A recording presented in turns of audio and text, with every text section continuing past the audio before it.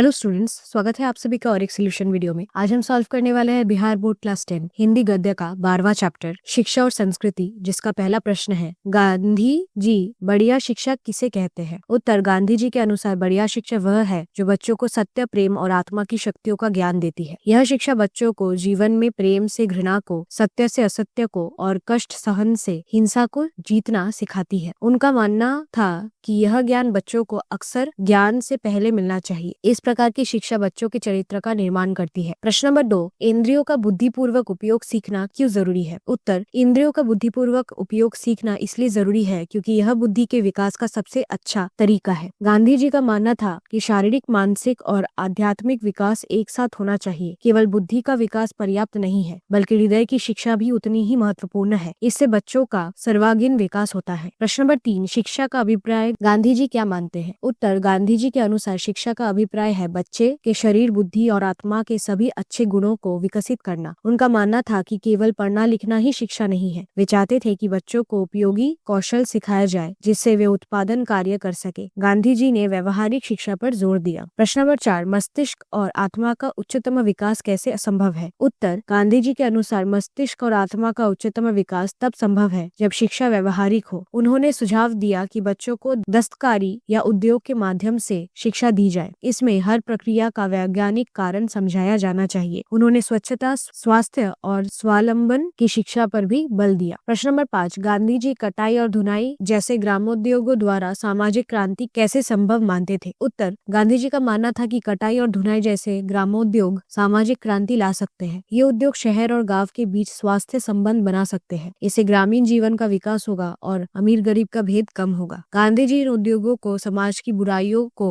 दूर करने का माध्यम मानते थे। प्रश्न नंबर 6, शिक्षा का ध्येय गांधी जी क्या मानते थे और क्यों। उत्तर, गांधी जी शिक्षा का मुख्य उद्देश्य चरित्र निर्माण मानते थे। उनका मानना था कि शिक्षा से व्यक्ति में साहस, शारीरिक बल और अच्छे आचरण जैसे गुण विकसित होने चाहिए। ये गुण व्यक्ति को बेहतर नागरिक बनाते हैं। गांधी जी का विश्वास था कि अच्छे चरित्र वाले लोग समाज को आगे बढ़ाने में मदद करेंगे, इसलिए वे शिक्षा में चरित्र निर्माण पर जोर देते थे। प्रश्न नंबर 7, गांधी जी देशी भाषाओं में बड़े पैमाने पर अनुवाद कार्य आवश्यक मानते थे। उत्तर, गांधी जी देसी भाषाओं में अनुवाद को बहुत महत्वपूर्ण मानते थे। उनका कहना था कि अनुवाद से लोग दूसरी भाषाओं के विचारों और ज्ञान को आसानी से समझ सकते हैं। अंग्रेजी या अन्य विदेशी भाषाओं में मौजूद ज्ञान को अपनी मातृभाषा में पाना आसान होता है। गांधी जी चाहते थे कि सभी महत्वपूर्ण किताबों का अनुवाद देसी भाषाओं में हो ताकि हर कोई उन्हें पढ़ और समझ सके। प्रश्न नंबर 8, दूसरी संस्कृति से पहले अपनी संस्कृति की महरी सभा को जरूरी है। उत्तर, गांधी जी का मानना था कि पहले अपनी संस्कृति को अच्छी तरह जानना चाहिए। हमारी संस्कृति में बहुत कुछ सीखने लायक है। जब हम अपनी संस्कृति को अच्छी तरह समझेंगे तब हम दूसरी संस्कृतियों की अच्छी बातों को भी समझ पाएंगे। अपनी संस्कृति को जानने से हमारा चरित्र मजबूत होता है। यह हमें दूसरी संस्कृतियों से सीखने में मदद करता है। इसीलिए पहले अपनी और फिर दूसरी संस्कृतियों को जानना चाहिए। प्रश्न नंबर 9, अपनी संस्कृति और मातृभाषा की बुनियाद पर दूसरी संस्कृतियों और भाषाओं से संपर्क क्यों बनाया जाना चाहिए। गांधी जी की सब स्पष्ट कीजिए। उत्तर, गांधी जी कहते थे कि हमें अपनी संस्कृति और मातृभाषा को महत्व देना चाहिए। हमारी मातृभाषा हमें तेजी से सीखने में मदद करती है। अपनी संस्कृति हमें जीवन में आगे बढ़ाने में सहायता करती है, लेकिन हमें दूसरी संस्कृतियों और भाषाओं से भी सीखना चाहिए। गांधी जी चाहते थे कि हम अपनी जड़ों को मजबूत रखें पर साथ ही दूसरे से भी अच्छी बातें सीखें। इस तरह हम अपना और अपने देश का विकास कर सकते हैं। प्रश्न नंबर 10, गांधी जी किस तरह के सामंजस्य को भारत के लिए बेहतर मानते हैं और क्यों। उत्तर, गांधी जी मानते थे कि भारत के लिए विभिन्न संस्कृतियों का मेल जो सबसे अच्छा है। उनका कहना था कि भारत में कई संस्कृतियां एक साथ रहती है। ये संस्कृतियां एक दूसरे को प्रभावित करती है। गांधी जी चाहते थे कि यह मेल जोल प्राकृतिक और देशी तरीके से हो। उनका मानना था कि इस तरह के सामंजस्य में हर संस्कृति का अपना महत्व बना रहेगा। यह भारत की विविधता को बनाए रखने में मदद करेगा। अब आते हैं आशयस्कर करें, जिसका पहला प्रश्न है मैं चाहता हूँ कि सारी शिक्षा विकासी, दस्तकारी या उद्योगों के द्वारा दी जाए। व्याख्या, गांधी जी चाहते थे कि शिक्षा व्यवहारिक हो। उनका मानना था कि दस्तकारी और उद्योगों के माध्यम से दी गई शिक्षा बच्चों को जीवन के लिए तैयार करेगी। इससे गाँव में रोजगार बढ़ेगा और कुटीर उद्योगों का विकास होगा। ऐसी शिक्षा से बच्चों का शारीरिक, मानसिक और आर्थिक विकास होगा। वे स्वावलंबी बनेंगे और अपनी संस्कृति को समझेंगे। गांधी जी का मानना था कि यह शिक्षा पद्धति समाज को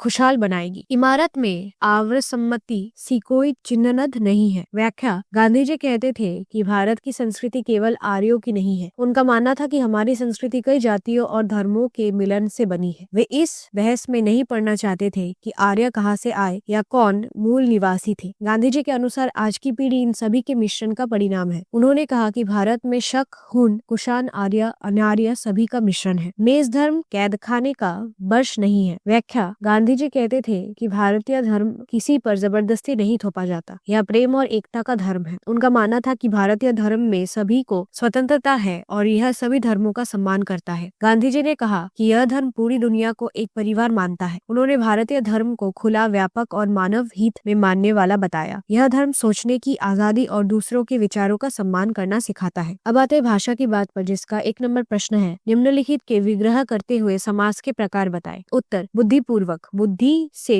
युक्त तत्पुरुष। हृदयांकित, हृदय में अंकित तत्पुरुष। सर्वांगीण, सभी अंगों के साथ। अव्यय भाव, अविभाज्य, जो विभाजित नहीं है। नभ समास। भोजन शास्त्र, भोजन का शास्त्र तत्पुरुष। उत्तरार्ध, बाद का तत्पुरुष। रक्त रंजित, रक्त से रंजित तत्पुरुष। कूपमंडू, कुएं का मेंढक तत्पुरुष। अग्रदूत, आगे चलने वाला कर्मधार्य। एकांगी, एक ही अंग का कर्मधार्य। प्रश्न नंबर 2, निम्नलिखित के पर्यायवाची बताएं। उत्तर: शारीरिक, शरीर, देह। प्रगट, प्रत्यक्ष, सामने। दस्तकारी, हस्तकौशल, हाथ की कारीगरी। मौजूदा, उपस्थित, मौजूद। कोशिश, प्रयास। परिणाम, प्रतिफल। तालीम, शिक्षा, विद्या। पूर्वज, पुरखे। प्रश्न नंबर 3, निम्नलिखित के संधि विच्छेद करें। उत्तर: साक्षर, स गुण अक्षर। एकांगी, एक गुण अंगी। उत्तरार्ध, उत्तर गुण अर्थ। स्वावलंबन, स्व गुण अवलंबन। संस्कृति, सम गुण कृति। बहिष्कार, बहि गुण कार। प्रत्यक्ष, प्रति गुण एक। अध्यात्म, अधि गुण आत्मा। और इसी के साथ आज का सोल्यूशन वीडियो यही समाप्त होता है। जल्द लौटेंगे और एक सोल्यूशन वीडियो के साथ। तब तक कीप लर्निंग।